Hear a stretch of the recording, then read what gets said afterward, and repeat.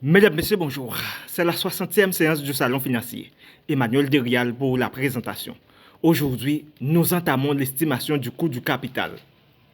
Lorsque les dirigeants d'une entreprise souhaitent évaluer un projet d'investissement et calculer sa valeur actuelle nette, ils doivent utiliser le coût du capital approprié, qui inclut une prime pour rémunérer le risque pris par les actionnaires. Les deux chapitres précédents ont présenté un modèle permettant d'estimer cette prime de risque, le MEDAF. Dans ce chapitre, le MEDAF est utilisé pour calculer le coût du capital d'une opportunité d'investissement. Maintenant, le coût des capitaux propres. Le coût du capital représente la rentabilité espérée la plus élevée possible parmi tous les projets de risque similaires disponibles sur le marché. Le MEDAF permet justement d'identifier ces différents projets. D'après ce modèle, le portefeuille de marché est parfaitement diversifié et n'est exposé qu'aux risques systématiques. Les investissements sont donc de risques analogues s'ils possèdent la même sensibilité aux risques de marché mesurés par leur bêta relativement au portefeuille de marché. Le coût du capital d'un projet correspond à la rentabilité espérée des actifs disponibles ayant le même bêta. Autrement dit, les investisseurs exigent une prime de risque comparable à ce qu'ils pourraient obtenir en prenant un risque de marché similaire en investissant dans le portefeuille de marché. La droite du MEDAF fournit l'estimation du coût du capital d'une opportunité d'investissement en fonction de son bêta. Supposons que le titre Saint-Gobain ait une volatilité de 30% et un bêta de 1,45, tandis que le titre d'Engie présente une volatilité de 38% et un bêta de 0,82. Laquelle des deux actions comprend le plus de risque en total? Même question concernant le risque de marché. Supposons que le taux sans risque soit de 3% et la rentabilité espérée du portefeuille de marché de 8%. Calculer et comparer le coût des capitaux propres de Saint-Gobain et d'Engie. Solution. Le risque total est mesuré par la volatilité des actions.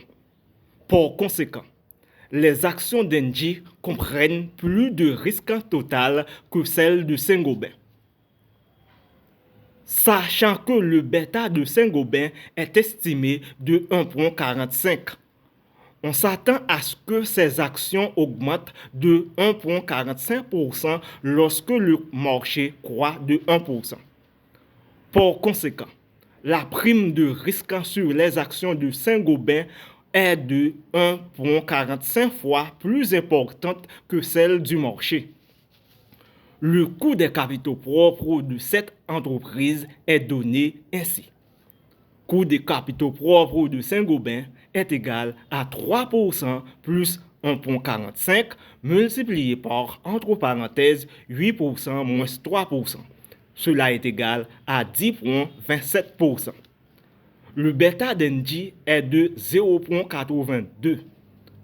Son coût des capitaux propres est donc coût des capitaux propres d'Engie est égal à 3% plus 0,82 multiplié par, entre parenthèses, 8% moins 3%.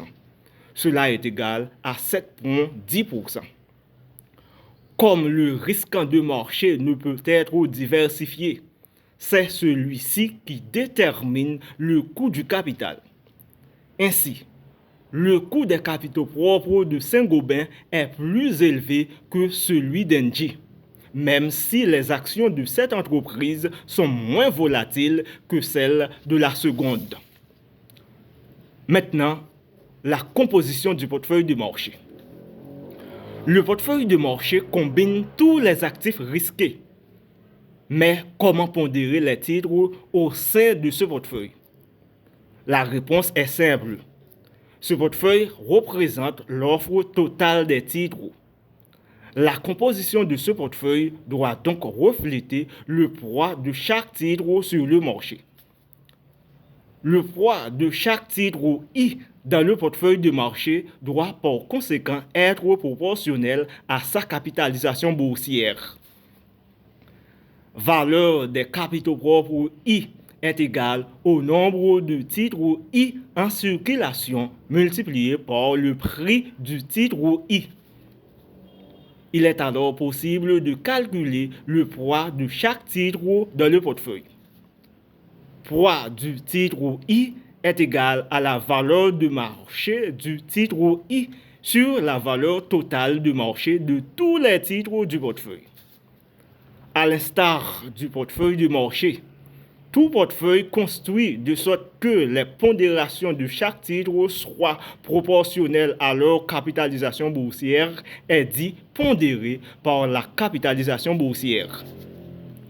Investir dans un tel portefeuille implique que l'on détient pour chaque entreprise une part égale du nombre total des titres en circulation.